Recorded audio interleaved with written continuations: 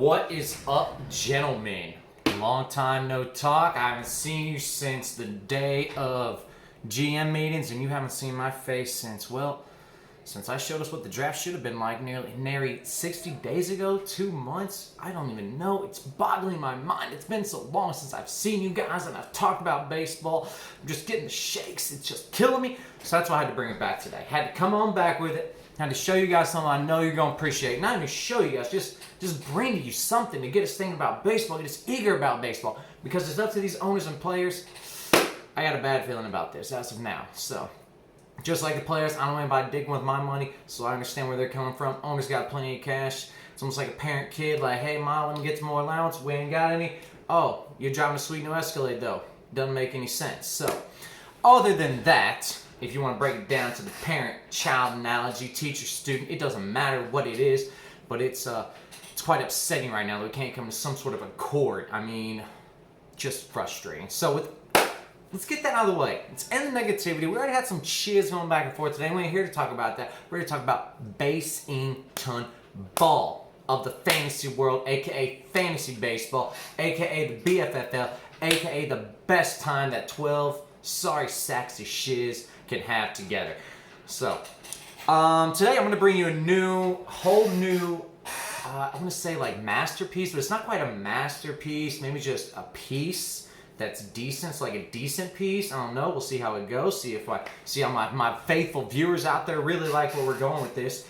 But without further ado, let's go ahead and talk about if our fantasy managers were real life teams. That's right. That's what we're talking about today. If I was a real Major League Baseball team, who would I be? I don't know. This bad boy is broken up into 2 parts because, you know, my partner in crime, a.k.a. the Sav Dog, a.k.a. the world champ, talked today. He took half of it, took half my load off. And like a good leader, I delegated out. I'll do half, he does half. So I'm bringing you part 1 right now, tonight, today. It's 7:09 right now. I'm hoping you see this by 9:09. Let's get to it. First up, if Timothy Savage, a.k.a. Sav Dog, a.k.a. Sad Dog, a.k.a. Red Roosters was a Major League team, who would he be? That one's pretty obvious, boys. I think everybody knows it's the Nats, a.k.a. the Champs. This was pretty self-explanatory when you think about it. Sav Dog, once again, was the Champs, just like the Nats were the Champs. How did Sav Dog get there? I mean, not these guns per se, but I mean the guns of, you know, Strauss and Scherzog, the Joe Rosses, the Sean Doolittles of the world. It didn't matter who he was throwing out there. Nationals, on his team, he had aces, I mean, up and down the roster. And that's what really led him to victory. Just like those Washington Nationals got led to victory against those trash-banging hoes, the Houston Astros. All right, hold on one moment.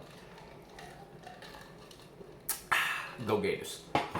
Alright, so that was pretty easy. We're going to get that easy one out of the way right now. Sav Dog, a.k.a. the champ. He's obviously got to beat the Washington Nats. He beat every comer. It didn't matter if they were cheating or if they weren't. And I got to give it up to him. So, unfortunately, this man was not part of that Washington Nationals team. He was part of this Philadelphia Phillies squad right here. So, he didn't get to taste in victory like much of his other friends and former compadres did. Sorry, buddy. Maybe next year. Actually, you play for the Phillies now, so hopefully never. Anyways, let's keep it moving here. So next up on the docket, one of the teams that was beaten by Sav Dog on his way to a title. That's right. I'm talking about the one and only A. Harbington. Now, A. Harb, he could be, you know, we could go basic. We said, there's a Giants. A. Harb's a Giants who loves the Giants. Bump that. A. Harb, for me, this one was pretty easy. A. Harb, motherfucking Oakland Athletics. Now, as you can see here, not the Bob Morey A's. We're not talking about that squad. We're talking about the adventures of Moneyball. We're talking about Stat Boy, Stat Man, originator. And if there's anybody in this league that knows stats and analyzes, like Billy Bean and those Oakland Athletics did in one of the best movies of all time, Moneyball. I mean, Brad Pitt, Jonah Hill, they just crush it. Phenomenal flick. Shea Hildebrand, all those boys just crushing it. That's exactly what A-Harb is. He's not all about, oh, let me get the big names. That's, you know, that's somebody else in this team. That it in the league, rather, not his team. A-Harb is all about finding true value. All right? Nobody thought Chris Paddock was going to be worth a flippin' diddly last year. Half of the league probably didn't even know who he was and if he existed. A-Harb snatched him up for $1, rocking and rolling with him for a while, swapped him for another ace, and didn't even lose a beat. All right, that's what Billy Bean would do. He would find a gem in the dirt and bring it to life. Just bring it, take it to market and trade it. I mean, how many of us have ever found something on the ground like, oh, that's tight, taken it to a pawn store, sold it, made a good chunk of change? I mean, I never have, but I'm sure some of you out there have. So needless to say, that was a pretty easy one right there. Alex Harbor, Oakland Athletics, the Moneyball King, the stat man. I don't know how many different subscriptions you must have to Fangraphs or FanDuel or StatGraphs or Pitcher List or whatever it is out there. If it's stats oriented, A-Harb has perused it once, twice, thrice, and he knows it like the back of his hand. And he's married now, so we know how married men know the back of their hands. All right, so moving on here. Moving on.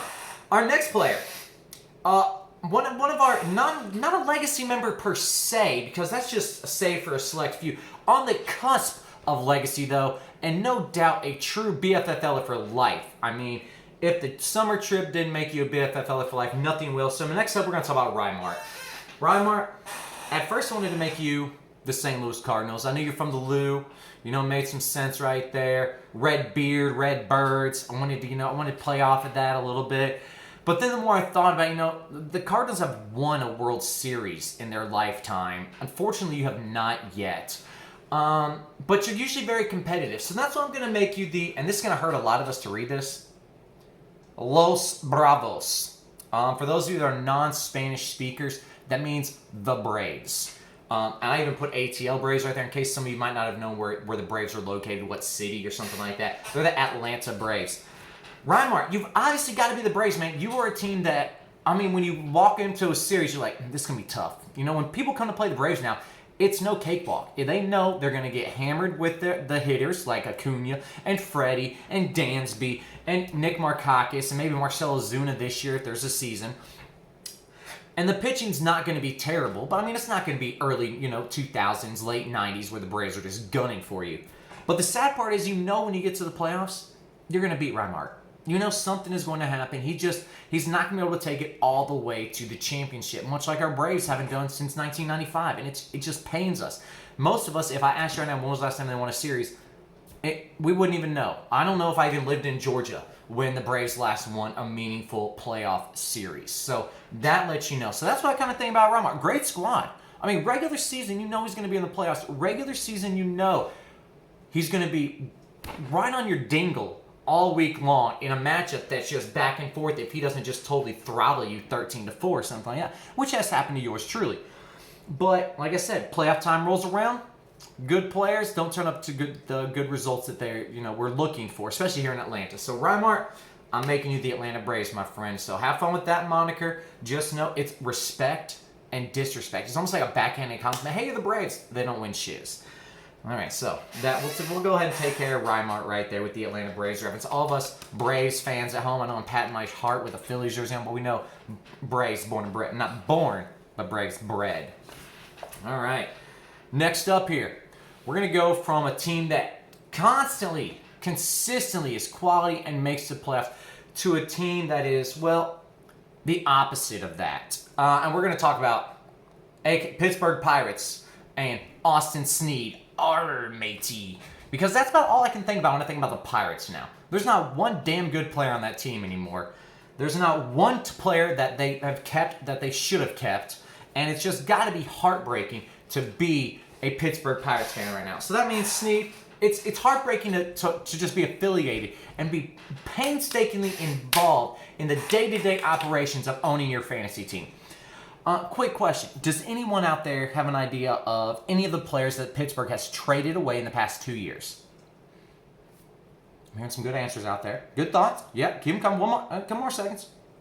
All right, excellent. All right, we'll stop you right there. You guys rattle them off like champions.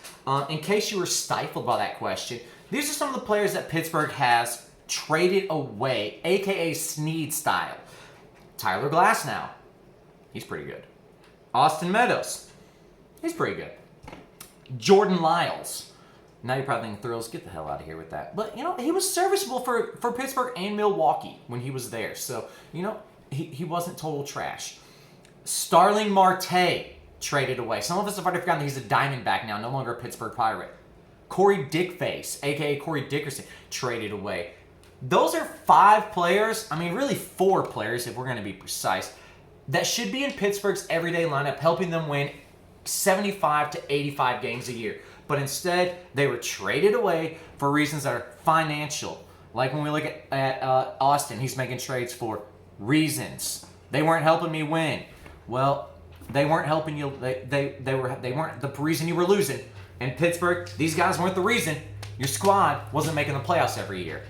So Snead, just like the Pirates, I'm sure when the season starts, you're going to find a way to be hoodwinked, to be shizened, if you will, into maybe even scammed. I mean, you are the mark of integrity when it comes to making trades. So I just got to say, be on the lookout. We don't need you to be a Neil Huntington Clint Hurdle manager again this year. All right, so moving on from a dredge of the league to one of the upper echelon members of the league. And I'm talking about the Los Angeles Dodgers. And that's plus or minus a Mookie Betts. Maybe they'll get to play with him, maybe they won't. I don't know. The Dodgers, team that consistently wins. A team that's typically in the playoffs. And a team that hasn't won a title in a while. And I know what you're thinking. Well, shit, that's you, Thrills. Not this time, fools. Not this time. I'm talking about the one and only D. Harbington. Just last year. Rough shot. Just best team all season, really.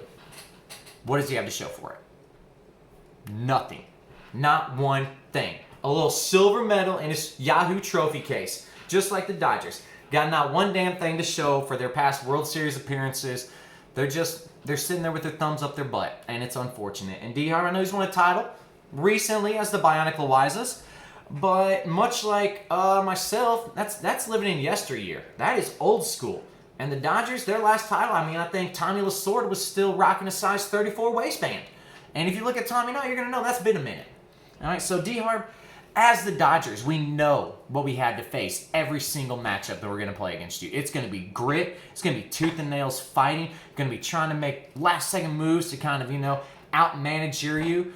Out general manage you, if you will. I know Andrew Friedman there in LA is making some dynamic moves every chance he gets. If you maybe were a little more, tradable, always, throwing trades and transactions out there, like the Dodgers, maybe you'd probably still be the Dodgers. So, it doesn't matter. But going forward, D-Harb, just know, this is what you are viewed as, the Dodgers. Not a bad thing, though. If somebody told me you're going to be a Dodger, I'm like, all right, cool, I'll be in the championship, I'll have a chance to win the title. But then I know I'm not going in the title. Clayton Kershaw style. All right, last but not least here, I'm going to go with the 2-time champ of the league. A back-to-back champ. And once again, no, I'm not talking about me. I'm talking about the one on the Code Nobes. Code Nobes, when you look back in the MLB, it's been a while since we have seen a back-to-back champion. And we have to go all the way back to 1999-2000 with the New York Yankees. So I tried to bring it forward a little bit, and I know this isn't the most modern example, but it's as close as I could really come to making a connection to you. And I'm going with the San Francisco Giants. And I'm sorry, A-Hard, for doing that, but the Giants, title, nothing, title, nothing, title. 3 titles, 5 years. Cody Nobles, 2 titles, 5 years. And granted, they were back-to-back, and, you didn't sniff it again this year, kind of like the Giants. So maybe that is an apropos comparison right there. But, Cody, I gotta say, you are a world champion, a 2-time world champion that nobody's gonna be able to take away from you. Just like the Giants. No one is gonna be able to take it away from them. Not Barry, not Jeff Kent, not Aubrey Huff, not Tim Lincecum, not even Sidney Ponson. All right? All great Giants. Nobody would want to take the title. I know some of those guys didn't win the title, obviously, but still, they feel it from the Bay, the Giant way. But looking at that, Coach, should give you some recourse, because you should be thinking, well, if I'm the Giants ain't won shiz in a long time. Code, hope it doesn't start going that way for you. I mean, last year I don't think you made the playoffs, just like the Giants. And going forward, could we start to see some of that teetering slip off? Could the new laws in Florida be affecting the mind? I doubt it, because they would have affected mine many moons ago. But I just think that you're really going to have to stay on your horse to not be consistently as the Giants are now. Just a bottom feeder, an NL West just steppo afterthought right now. When I'm thinking about teams in the NL West, I'm thinking Colorado before I'm thinking San Fran. I'm definitely thinking San Diego. or aka Whale's vagina, before I think about the Giants, and I'm definitely thinking about the Dodgers. So before I even get to Arizona, who the D-backs, I don't know, better than the D-bags. It's going to be a while before I start thinking about the Giants as a title contender or even a playoff contender coming out of the NL West. All right, so my boys, those were the first 6 right there. I hope you appreciated that, because I know Sad Dog is going to be bringing some heat when he comes up with his little comparisons, his MLB comps to our current fantasy mates. I gotta say, I'm enjoying this. I miss you guys. 16 minutes deep. Time is just flying by. I don't expect you guys to watch this whole video. If you do, that's freaking phenomenal. If not, at least watch a little bit of it so I can get a little thumbs up action. Know that my time is not being wasted here. But hope to see you guys soon. Hope we get an agreement here between MLB owners and players. And if not, well, we'll just be doing this again, as Dropkick Murphys say, until the next time. So, play me out.